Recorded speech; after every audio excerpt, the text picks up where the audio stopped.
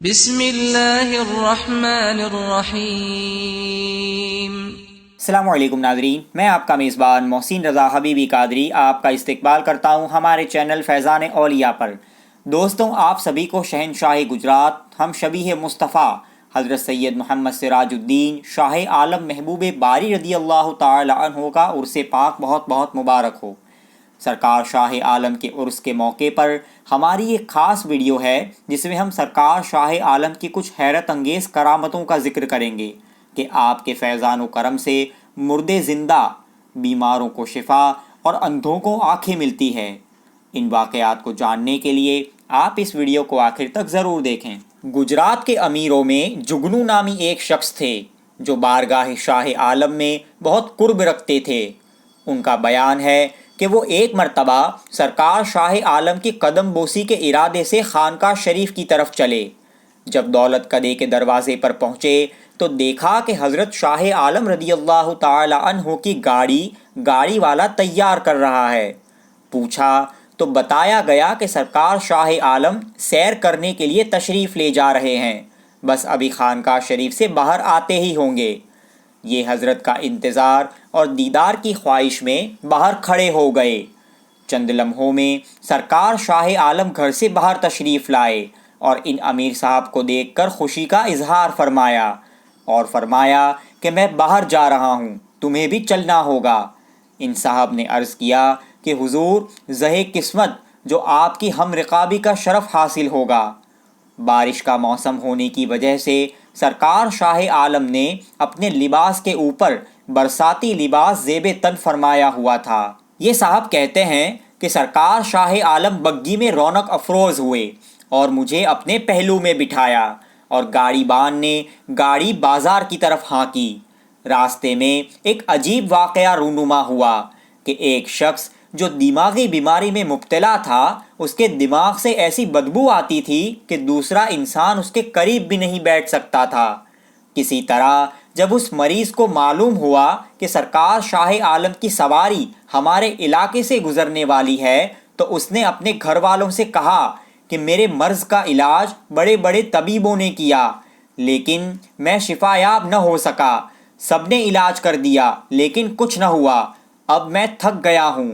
اب اس کا علاج ایک ہی ہے اور وہ یہ ہے کہ سرکار شاہ عالم تشریف لا رہے ہیں، مجھے وہاں لے چلو، مجھ پر اتنا احسان کرو کہ مجھے اٹھا کر اس راستے پر ڈال دو جس راستے سے ولی ربانی سرکار شاہ عالم کا گزر ہونے والا ہے، شاید ان کی نگاہ کرامت مجھ گنہگار پر پڑ جائے اور میں اچھا ہو جاؤں۔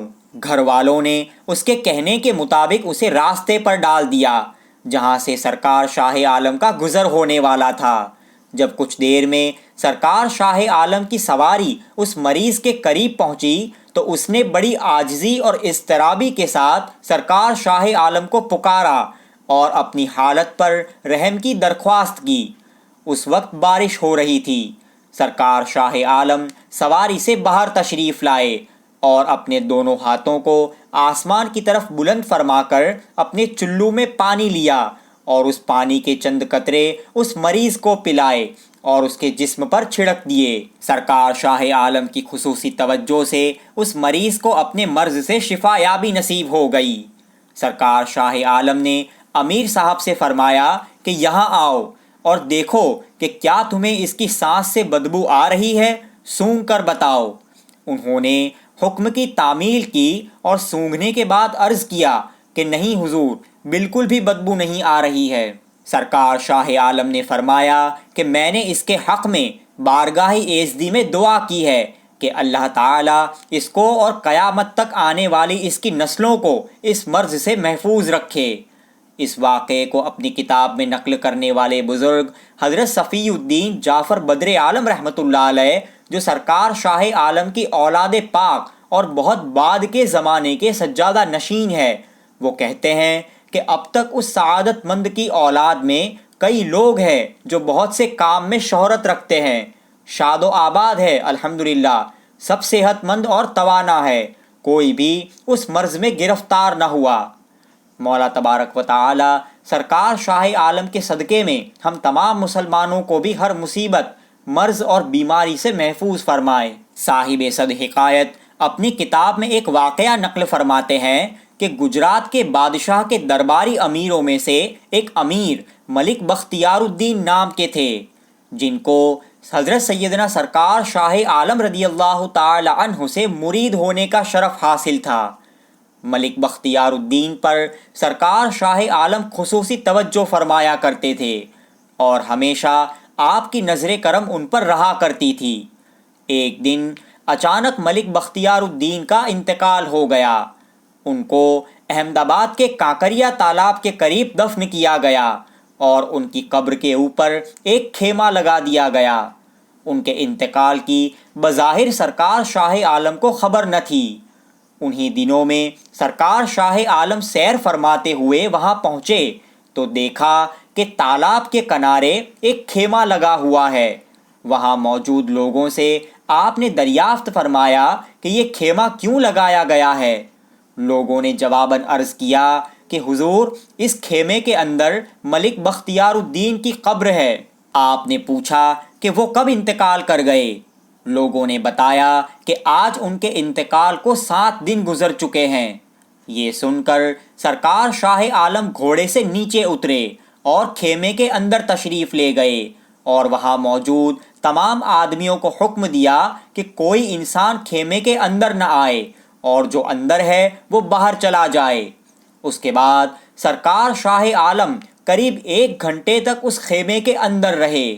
باہر کھڑے لوگ اس بات سے تعجب میں پڑ گئے کہ کچھ ہی دیر میں خیمے کے اندر سے ملک بختیار الدین کے ہنسنے کی آواز صاف سنائی دے رہی تھی۔ جب سرکار شاہ عالم خیمے سے باہر تشریف لائے تو بعض لوگوں نے آپ کو اس کے متعلق دریافت کیا تو آپ نے فرمایا کہ ملک بختیار الدین کے ساتھ میرا ایک وعدہ تھا جس کو وہ ابھی پورا نہیں کر پائے تھے اور انتقال کر گئے۔ اللہ تعالیٰ نے اپنے فضل و کرم سے انہیں دوبارہ زندگی عطا فرما دی اور الحمدللہ انہوں نے اپنا وعدہ پورا کر لیا۔ یہ حضرت ملک بختیار الدین کا مزار آج بھی موجود ہے۔ 1969 کے بلوے میں غیر مسلموں نے اس مزار کو بہت نقصان پہنچایا تھا اور روضے اور تربت شریف کو بالکل شہید کر دیا تھا، لیکن الحمدللہ وہ آستانہ شریف پھر سے تعمیر ہوا اور لوگ وہاں حاضری دینے جاتے ہیں۔ ان کا عرس پاک ہر سال رجب شریف کے مہینے کی 15 تاریخ کو منایا جاتا ہے۔ لوگ اس درگاہ کو اب عرف میں غیباً شہید کی درگاہ کہتے ہیں۔ سرکار شاہ عالم رضی اللہ تعالی عنہ کی مبارک ذات پاک سے آپ کی حیات ظاہری میں تو کئی کرامتوں کا ظہور ہوا، لیکن یہ سلسلہ آج بھی جاری ہے اور انشاءاللہ صبح قیامت تک جاری رہے گا۔ اس آستانے پر ہر کوئی اپنی حیثیت سے کئی گنا زیادہ نوازا جاتا ہے۔ یہ واقعہ جو بیان کیا جائے گا اس کے گواہ آج بھی کئی لوگ موجود ہیں۔ ایک صاحب جن کا نام جلال الدین تھا، یہ ضلع اٹاوہ یو پی کے رہنے والے تھے، لیکن کافی عرصے سے احمد آباد میں ہی رہتے تھے۔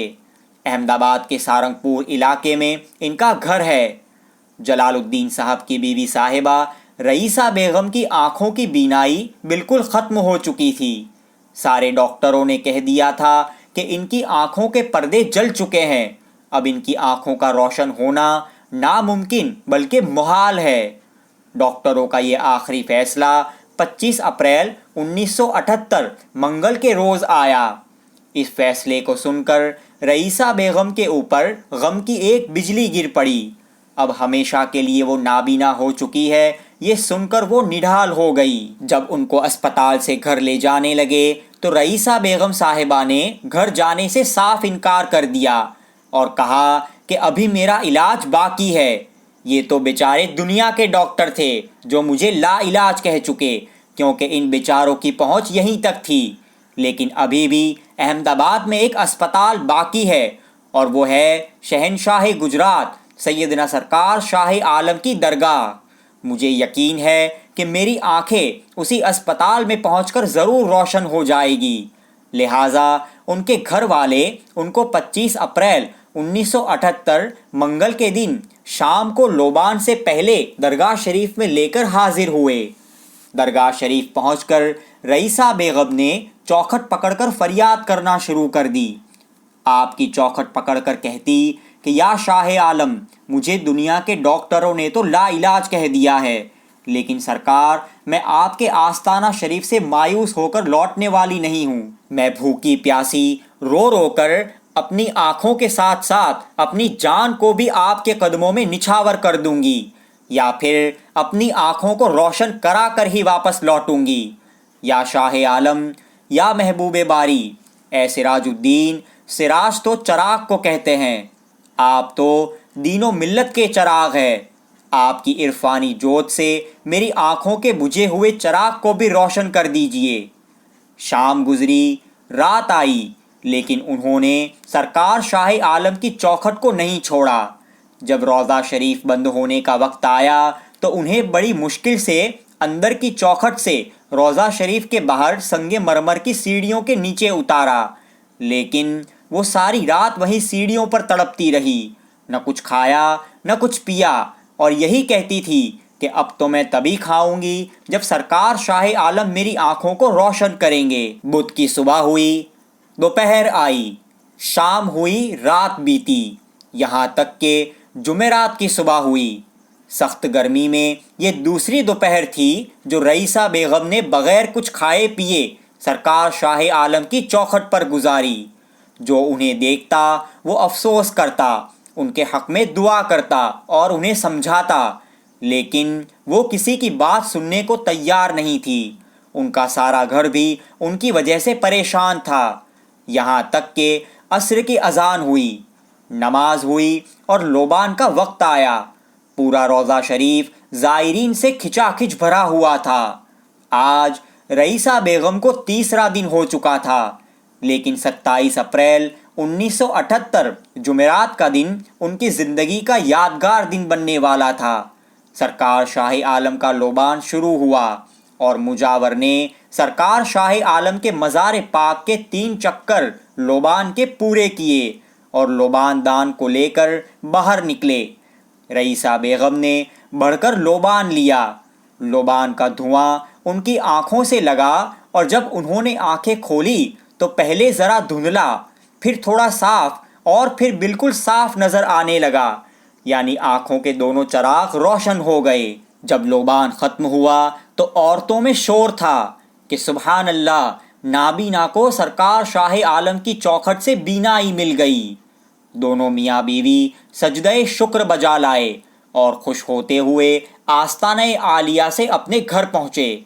سرکار شاہ عالم کا فیضان و کرم آج بھی آپ کے آستانے سے جاری ہے، بس مانگنے والی سچی عقیدت شرط ہے۔ خلوص دل سے مانگا جائے تو کوئی ایسی چیز نہیں ہے جو ان کی چوکھٹ سے نہ ملتی ہو۔ دوستوں، آپ کو یہ ویڈیو کیسا لگا ہمیں کمنٹس کر کے ضرور بتائیں، اور اگر آپ نے ابھی تک ہمارے چینل کو سبسکرائب نہ کیا ہو تو سبسکرائب ضرور کر لیں۔ السلام علیکم ورحمۃ اللہ وبرکاتہ۔